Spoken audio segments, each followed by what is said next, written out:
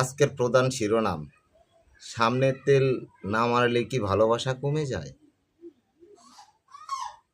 রাজনীতির মাঠে এক ধরনের কর্মী আছে, চুপচাপ, লাজুক, কিন্তু ভীষণ বিশ্বস্ত।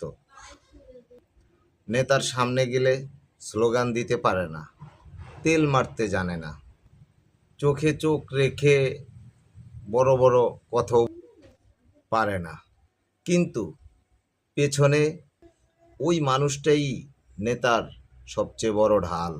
লোকজন যখন সমালোচনা করে, ওই মানুষটাই দাঁড়িয়ে বলে, না ভাই, আপনি ভুল বলছেন, আমার নেতার চরিত্র এমন না, নিজের লাভের জন্য না, পদ পদবীর জন্য না, শুধু ভালোবাসা আর বিশ্বাস থেকে নেতার ইজ্জত ধরে রাখে।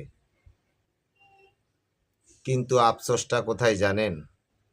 নেতার সামনে যারা দিনরাত তেল মারে, মিষ্টি কথা কয়, তারাই হয়ে যায় নেতার কাছের মানুষ। আর যে চুপচাপ ভালোবাসে, পিছন থেকে ইজ্জত বাঁচায়, সে পড়ে থাকে অচেনাই তালিকায়। প্রশ্নটা সোজা, নেতা কি সামনে বলা কথাই শুধু শোনেন, নাকি মানুষের নীরব ভালোবাসাটাও বোঝেন?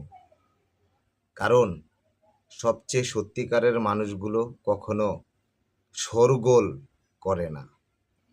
সময় থাকতে চিনে নিন, কারণ বীরের শব্দ সবসময় সত্য না। কখনো কখনো নীরবতাই সবচেয়ে বড় আনুগত্য।